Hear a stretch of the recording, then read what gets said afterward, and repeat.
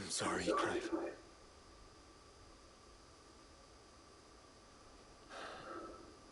There's nowhere been spared. What do we do now? We keep looking. Man's Hill cannot be the only place where snow daisies grow.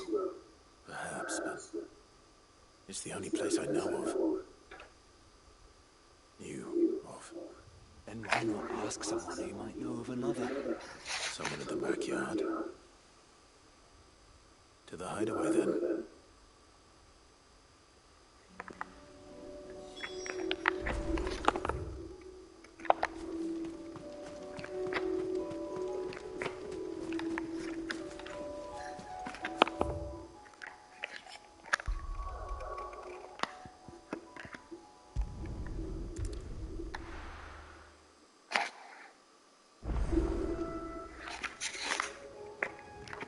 Let's hope one of the gardeners knows them. Find snow daisies.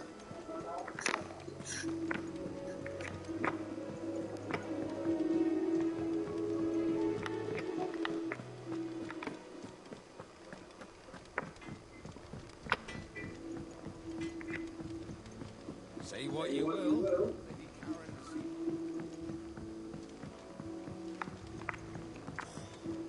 This should tide us over to a new mood.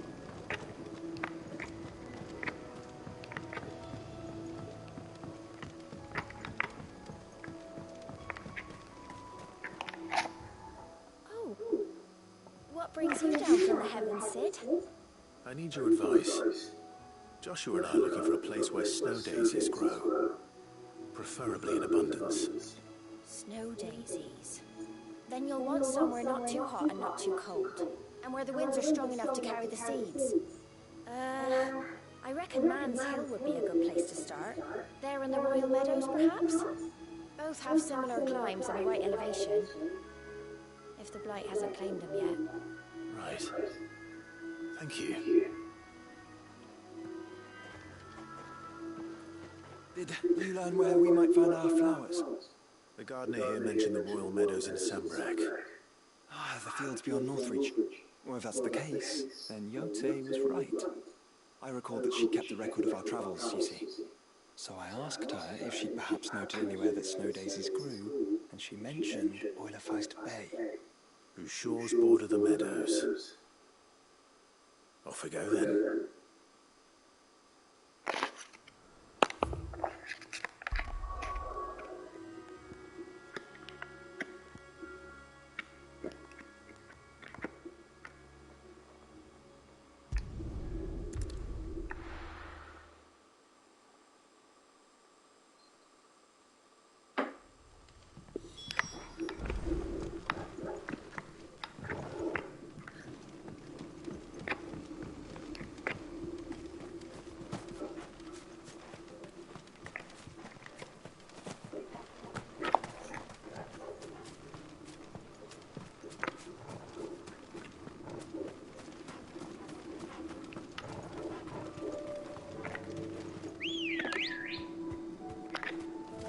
Come on. Fly, Ambrosia.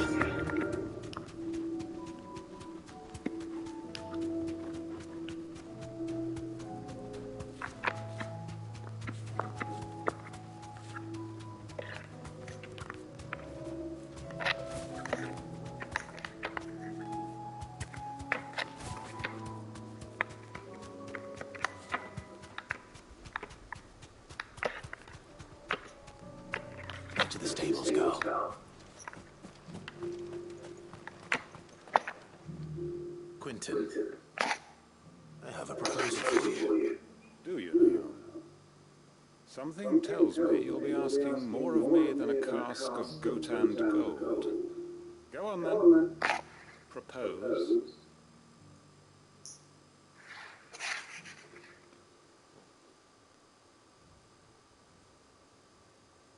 You'd have me convince the chiefs and chamberlains of the realm that they should simply swallow their pride and do the one thing that has proved impossible for thousands of years. Was there anything else? Perhaps I can fetch you a meat pie as well. I know it's a lot to ask. but I can think of none better suited to the role. And you'd have me give up what little I have left to do it. I told you, Clive. The people of Lost Wing are my family, and I cannot abandon them. You'll have to find someone else. I'm sorry to hear that. So am I. And why might that be? What he's asking. How's it any different than what we've done so far? They want you to speak for those who can't speak for themselves. That's what you do best. If it's the vineyard you're worrying about, we'll see that the grapes are picked and the tons filled. You know we will. It's not that. Then what is it? You said yourself we're family. Don't you trust us? You know that's not what I'm... Then what are you saying? That only we are worth saving? Why turn your back on everyone else?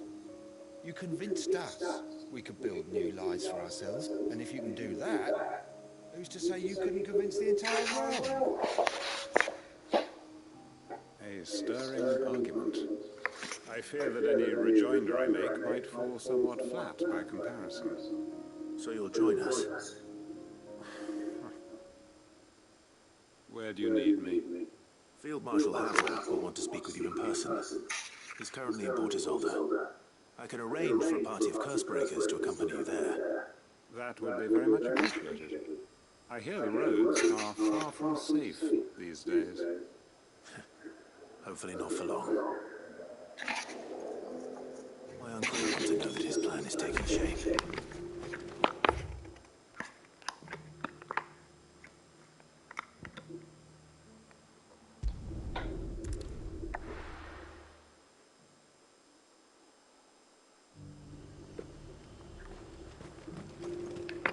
And now my eye on the garrison.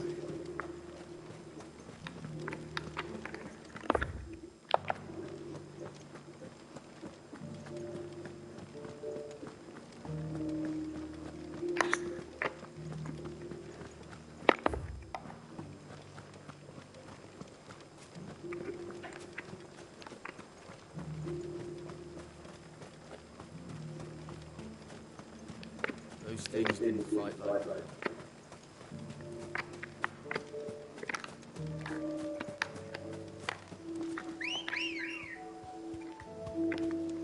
Let's go.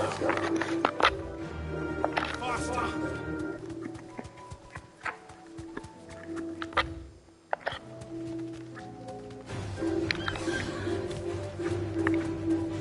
Meadows are vast.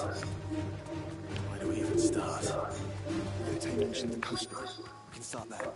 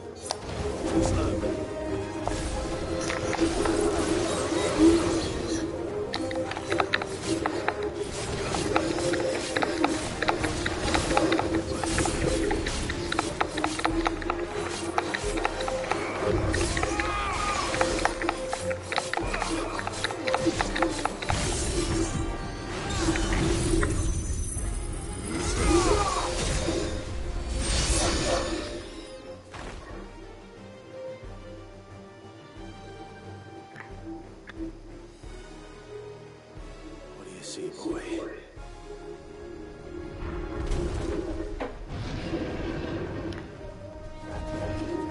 Let's hope this is the last one. Only one way to find out.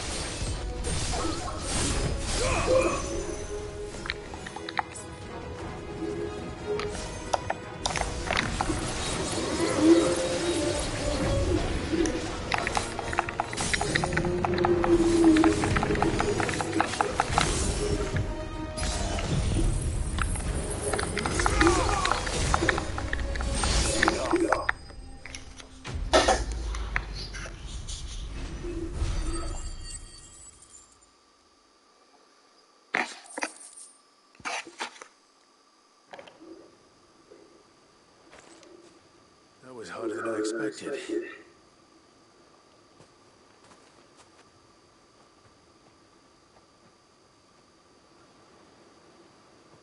But found her. It was worth it. They're beautiful. Do you think Jill will like them? She'll love them. Come on. Let's go.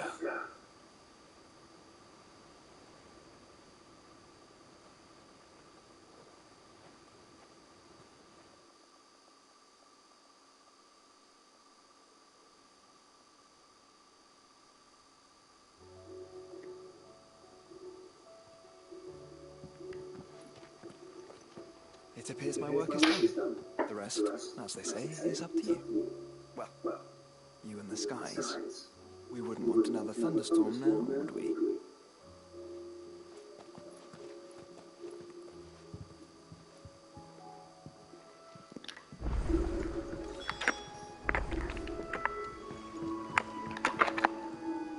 Uncle, I bring good news.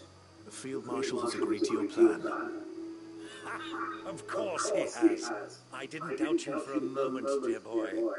Rutherford is accompanying him back to your manor in Porter's as we speak. They will await your return there. As will one other. One other? Who, exactly? Lord Havel was concerned that even if he could get the realm's armies to agree to an accord, he might not be as successful in convincing those with political power. He asked if I might have a solution. And I suggested a certain Imperial Lord Magistrate, turned Liberator. One of your co-conspirators? Master Quinton would probably call me one of his. But yes. Another outlaw, then. Just the thing we need to put these rotten politicos in their places. Good thinking, Clive. I'm glad you approve. The more the merrier, eh? Uncle, assuming Havel and Quinton can solve our problem with the armies, you still haven't mentioned how we might manage the grain shortages. Oh, don't you worry, my boy. The 7 high houses will be seeing to that. They have all agreed to make the most generous of donations. Oh, of course, it did take a little persuasion, but luckily I had some unexpected help. From who? Why, you, my boy. Rumor has it that you rescued the Lady Ariane's head steward Rockford from a horde of bloodthirsty bandits. It was more of a handful. Well, the old battle axe was so pleased. She had a shipload of talents delivered to my private docks by the next new moon. And when the other houses saw the parsimonious old crone's purse strings finally loosened, they as good as tripped over themselves in the rush to follow suit. I'm happy to hear it. Now, I must be getting back to the manor. Join us there at your earliest convenience, would you? Of course, Uncle.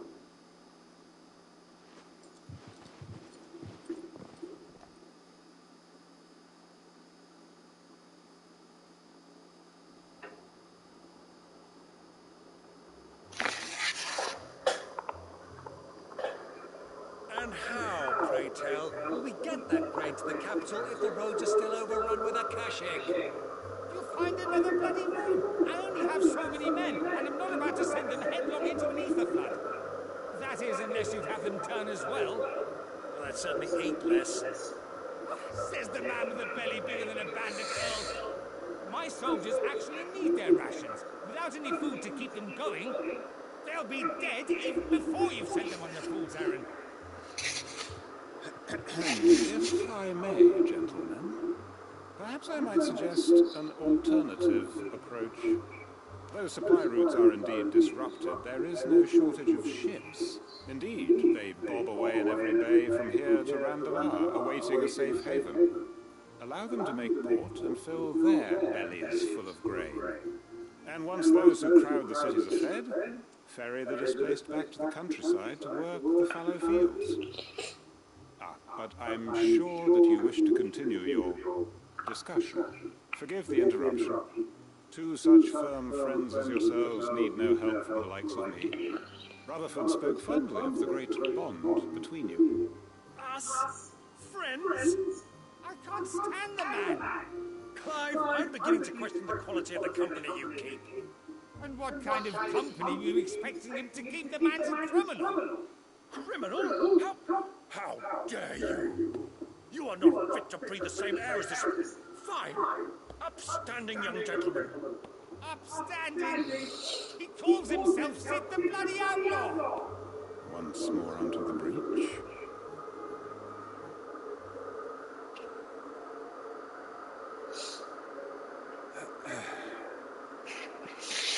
Shall we begin again? What we seek here is not to create a new nation, nor to claim the thrones of those that already exist. We wish simply to bring stability to the realm that mankind might weather the current storm. And to do that, we must convince those in power, the generals, the statesmen, the nobles, that our cause is just. There will be disagreements, yes. And I imagine some resistance, much resistance. But we cannot let that deter us. If we show them the path, show them that we walk it ourselves, then I am confident they will follow. The fate of the world lies in my nephew's hands, but the well-being of their people lies in ours. And we must not squander the chance that Clive has given us. Uncle Byron, aye. Now, with that settled, let's move on to the signing of the Accord. For what great moment in history hasn't been accompanied by a little ceremony?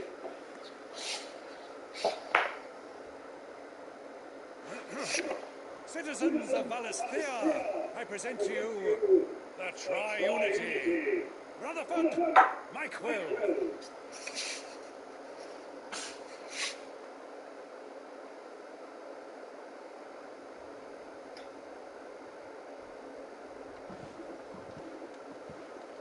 Well, my boy, the stage is set. That it is. This is the role you were born for. Now I ask only that you trust in the talents of your supporting cast. We shall play our parts to the best of our abilities, that you might have the opportunity to shine. The realm needs its Sir Crandall, and there is no better Crandall than you, Clive. I want you to keep this signed accord as proof of our faith in you. I will. Thank you, Uncle.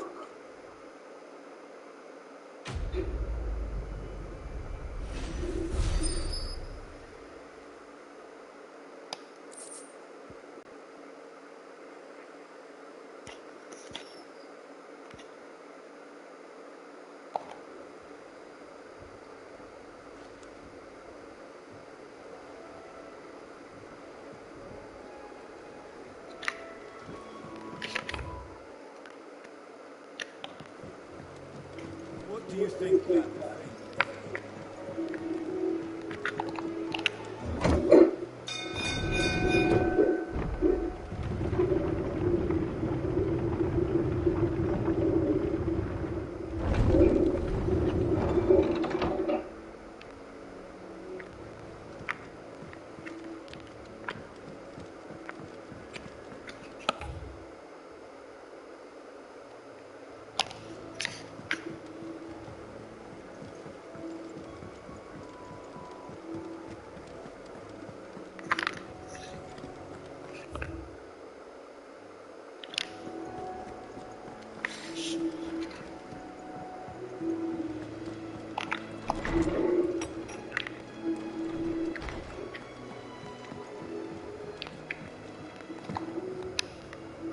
Jill, there's something I'd like to show you. There is? And where might this something be? It's, not here. Now, I know this is sudden, but how would you fancy a trip to Oriflamme?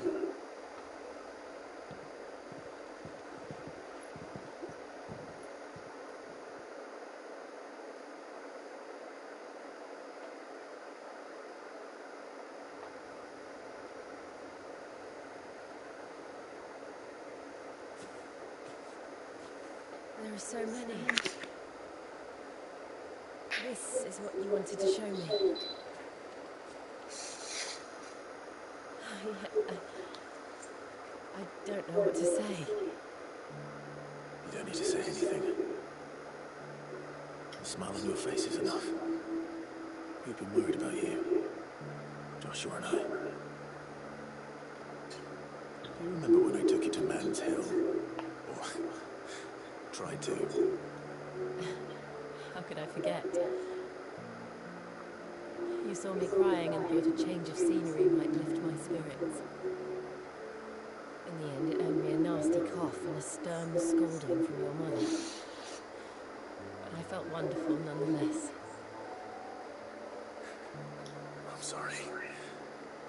I had no idea what I was getting us both into. But I couldn't bear to see you like that. Before we left, my chambermaid told me she'd overheard my mother talking about my marriage prospects with some of the noblewomen at court. They were debating whether it would be more profitable to marry me off to one of the high houses instead of saving me for the ducal line. No one thought to ask me what I wanted. I was nothing to them. A pawn at best. I felt so trapped. So lonely. I didn't know. But I wasn't alone. You were there.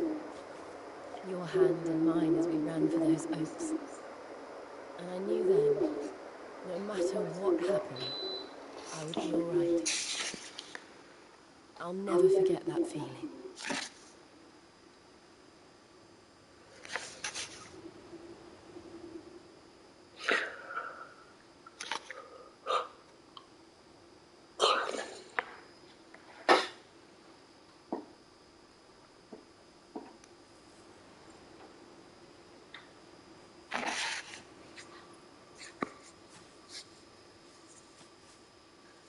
Before we broke camp, the morning after the storm, do you know what I did? No? What? I slipped away from my governess to climb the tor. And from there I saw a sea of petals, all reaching for the sun. And I realized that no matter how terrible the night, dawn would always come.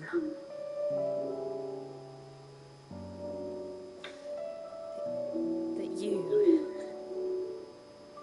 you would always come for me.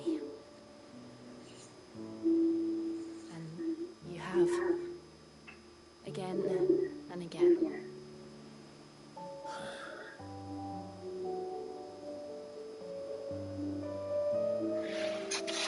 Where do you see us? When all this is over?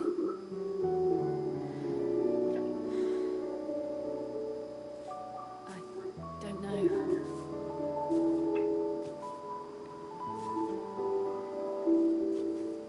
Not here, though. I think I've outgrown the twins. After everything we've been through, the realm just seems so small. I'll need some space to spread my wings. Then that's what you'll have. And I'll stop at nothing to see that you do.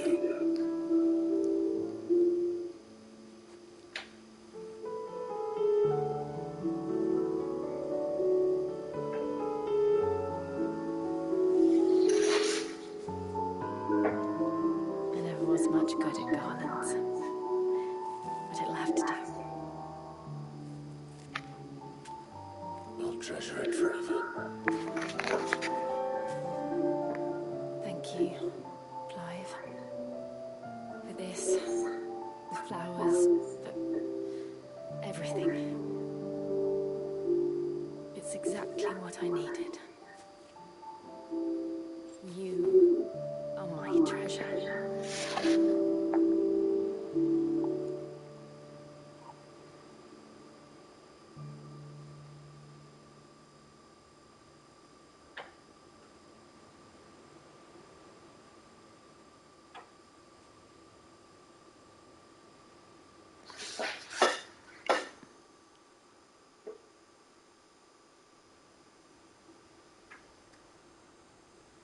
We should probably be getting back. I expect the others are wondering where we are. You're right. There's still much to do. And we'll do it together.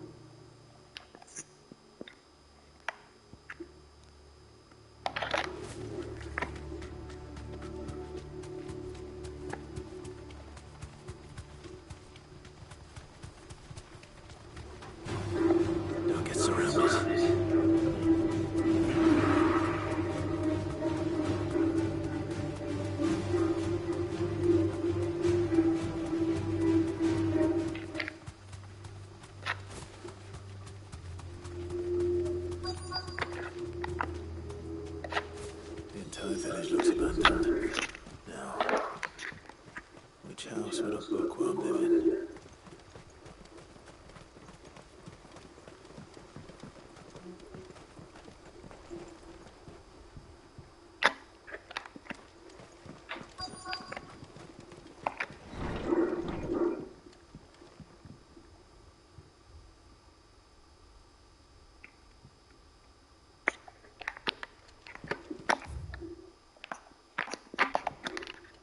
This is a Royal Army logbook.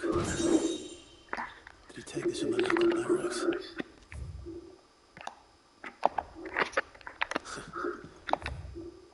His interests were certainly varied.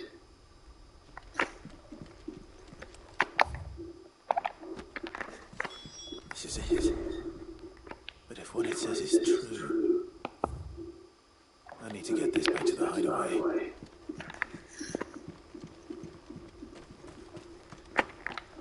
No use calling Ambrosia now.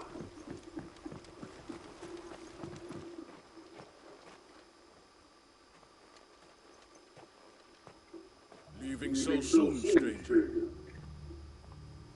We've been watching you. From a distance, so to speak. Subtle. I know who you are. Then we need not waste time on introductions. Hand me the book. Leave it in our care and return to your life. Your care? Do you mean to burn it or bury it? That is not my decision to make. But by one means or another, its contents shall be removed from the common record. Then I'll have to politely refuse. I won't let you erase our history. Then we find ourselves at an impasse. Very well. The book can just as easily be pried from your dead hand.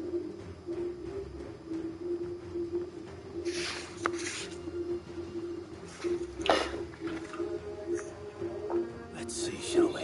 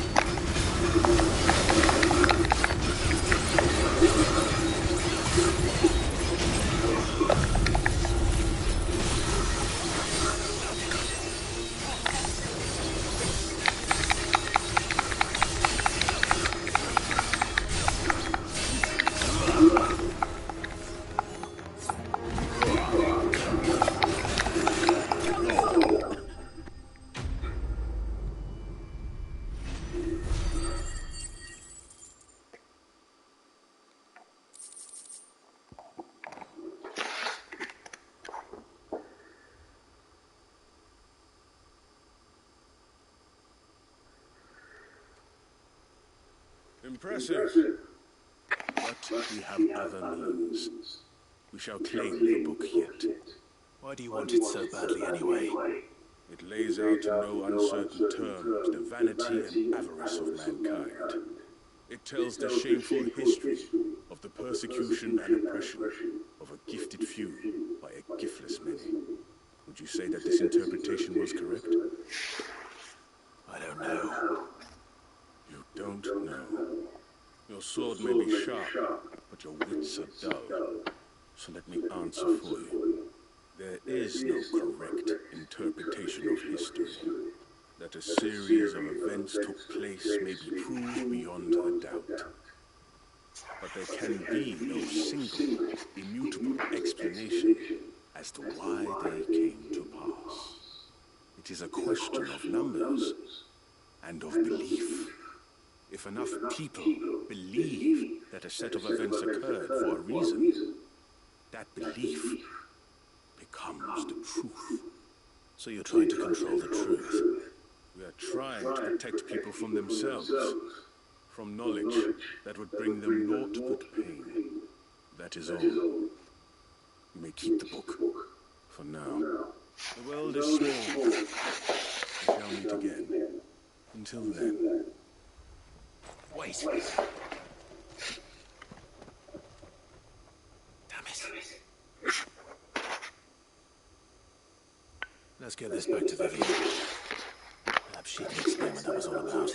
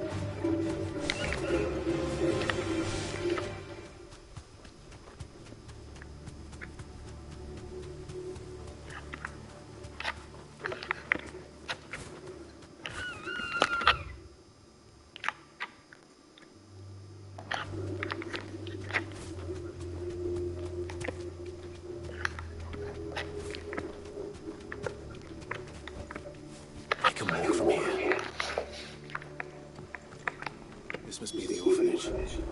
Hopefully the registry is still here.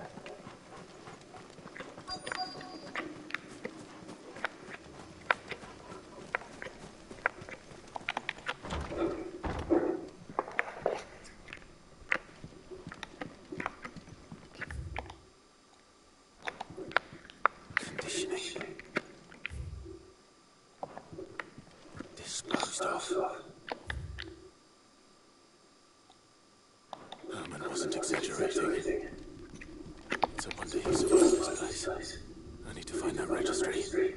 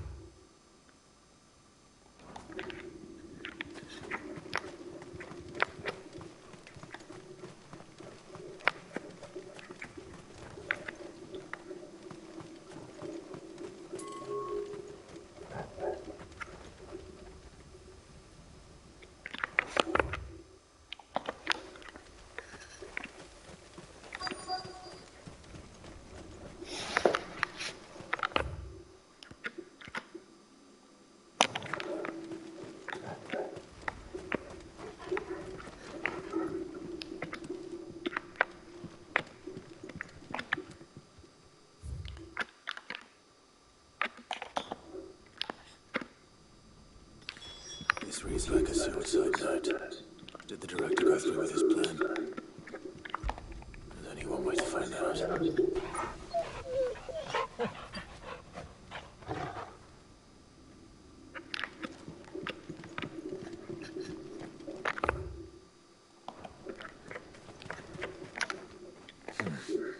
Not here.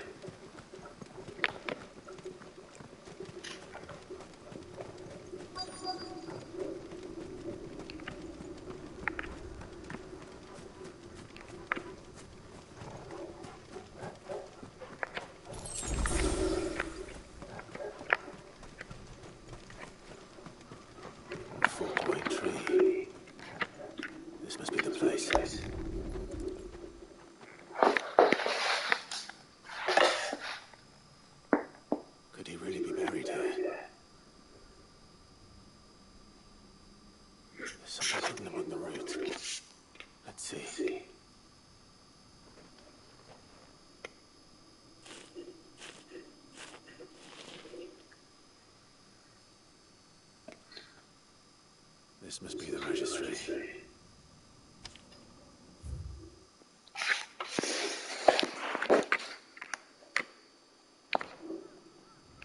So many names. This place was a slaughterhouse. Where is the architect of all this misery?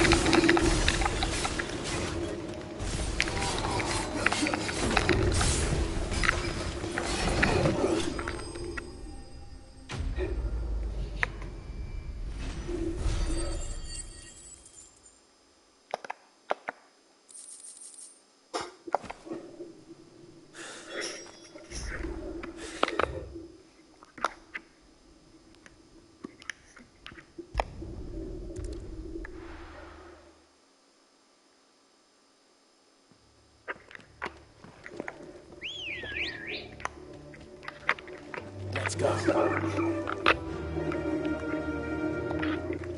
Fly, Ambrosia.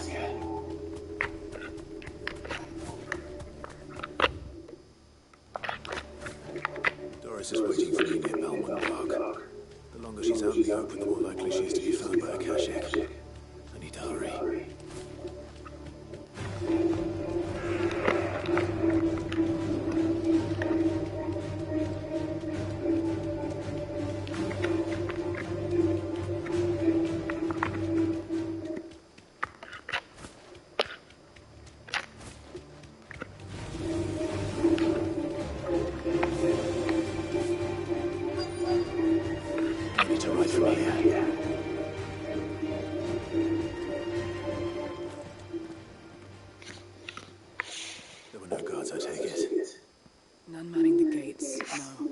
different story inside, though. The corridors are crawling with Akashic. Most likely guards left behind when the Wardens ran. If Chadwick was being held here, I worry that he may already be. Don't give up hope just yet, but let's move quickly. Let me check the ground floor. The ether stick is there. Then I'll search the upper level. Good luck, Sid. Stay safe.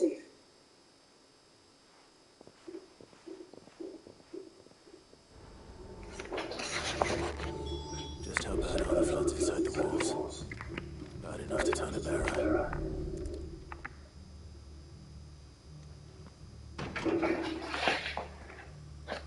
Locked up tight.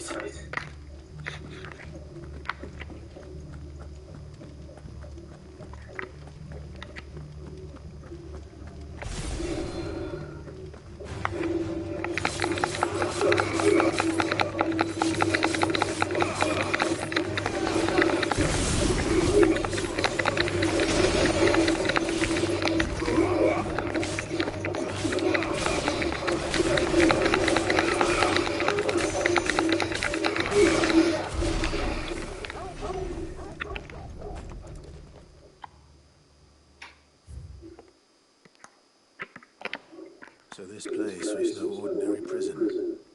And I doubt they'll have taken the creature with them when they fled.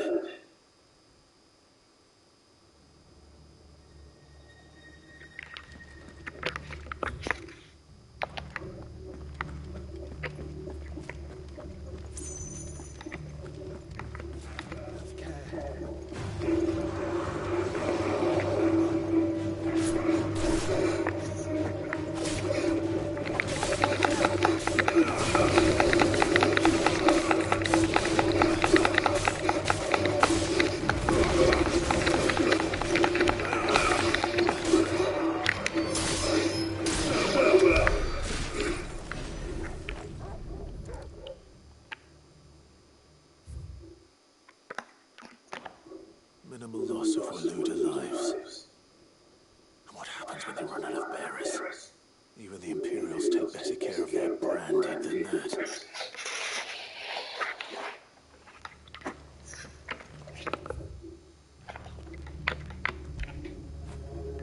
You all right, boy?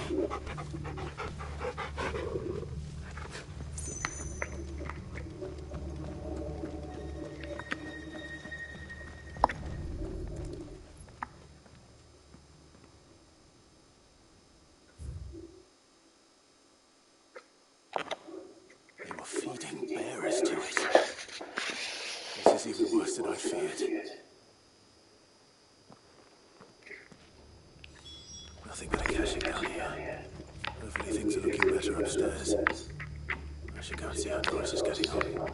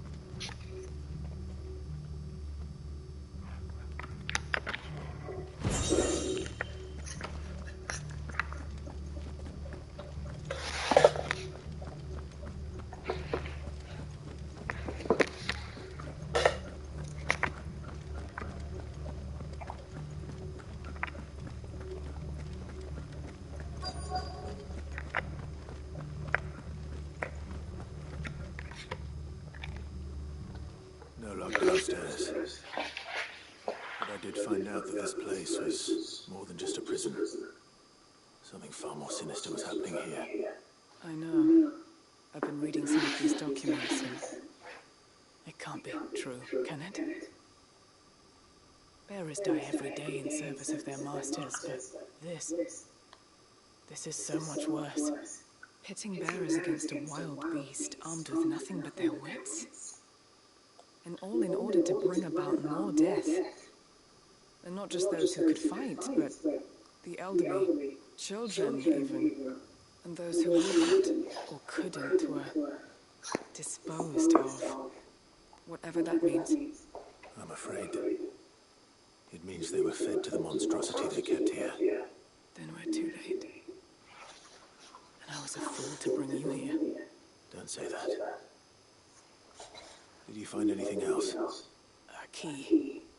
But it doesn't fit any of the locks on this floor. Perhaps it will fit one of the doors downstairs. There's a corridor I haven't searched yet. Finish up here, then come and find me when you're ready. All right. I'll be there in a moment.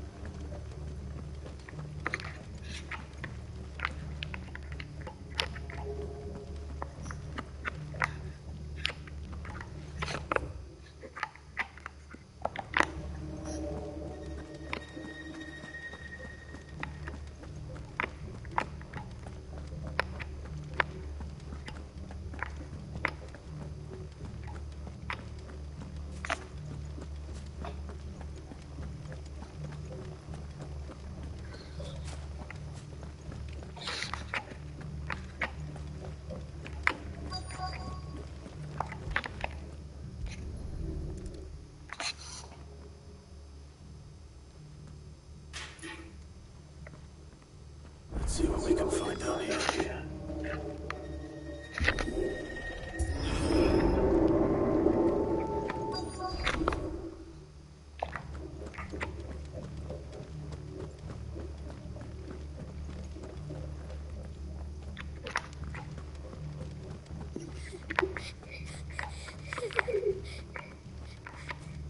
Survivor.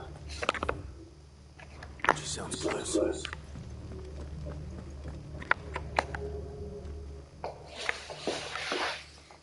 Who are you? There's no need to be afraid. For any of the survivors. Some of the guards, they're still here. But something happened. Everyone else was eaten by the monster. Of course there were. Thank the Founder. It was worth our coming. But I'd rather we didn't linger.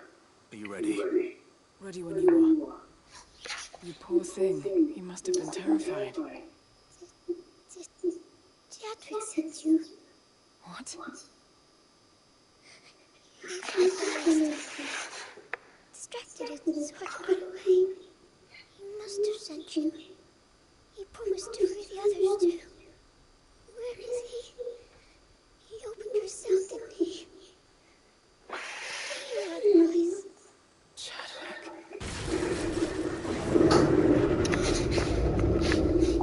Was that? Monster's back! Chadwick, help! We have to get out of here. Doris, keep the girl safe. All right. You put that bearer-eating bastard in the ground. We have to run. You're safe now. It's out there waiting for me. I can't let it live. Not if it's got a taste for Paris.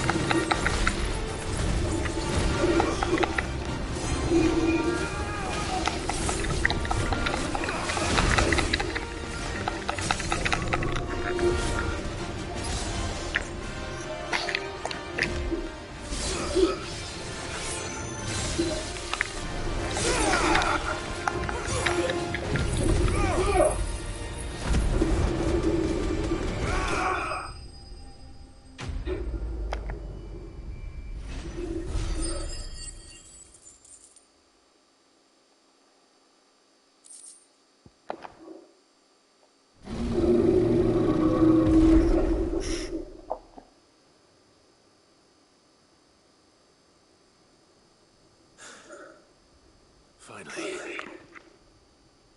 Sid, are you hurt? I'm fine. I think.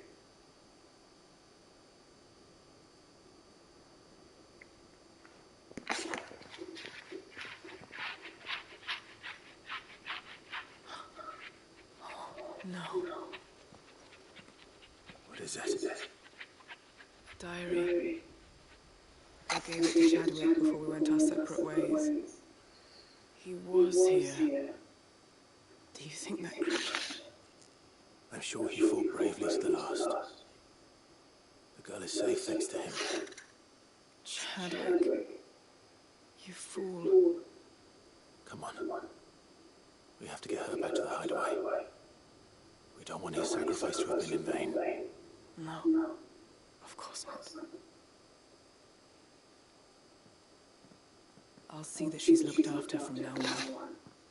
It's the least I can do.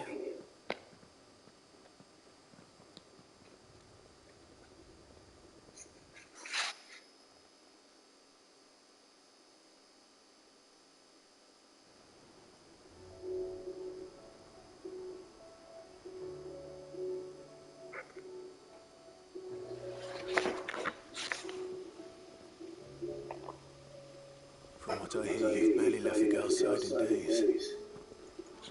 I hope she's recovering from her ordeal. She is. Slowly but surely. She's far tougher than she looks. I thank the flames we found her. If we hadn't... I know. But we did. I'm sorry we weren't able to save Chadwick. There's no need to apologize. Without your help, I would never have found out what happened to him. How he fought to the bitter end to save her. To save Heide Marie. That's the man I remember. The man I thought of as a brother. I wish I could have met him. I'd like to hear more about your past. If you don't mind, that is. Of course. You already met my former master. She trained Chadwick and I to do two things. Kill and obey. We were supposed to be sold to the highest bidder when the time came. But no bid was ever high enough to convince her to part with us. For years we were her daggers in the shadows. But we could never quite shake our doubts about the things she made us do. And then, one day, we just couldn't do them anymore. So we escaped. But staying together was out of the question. They would have found us too easily. After so many years of training, the pull to serve was always strong. It scared me to think he might have taken another master, become a dagger in someone else's hand. But even in captivity, the battles he fought were his own. And he died not as someone's tool, but as a hero. Heide Marie is proof of that. Bearers can cast off their shackles. And the curse breakers will show them how. I'll fight until my dying breath to see it done. For Chadwick, and for all of us. Thank you, Doris. We'll be counting on you.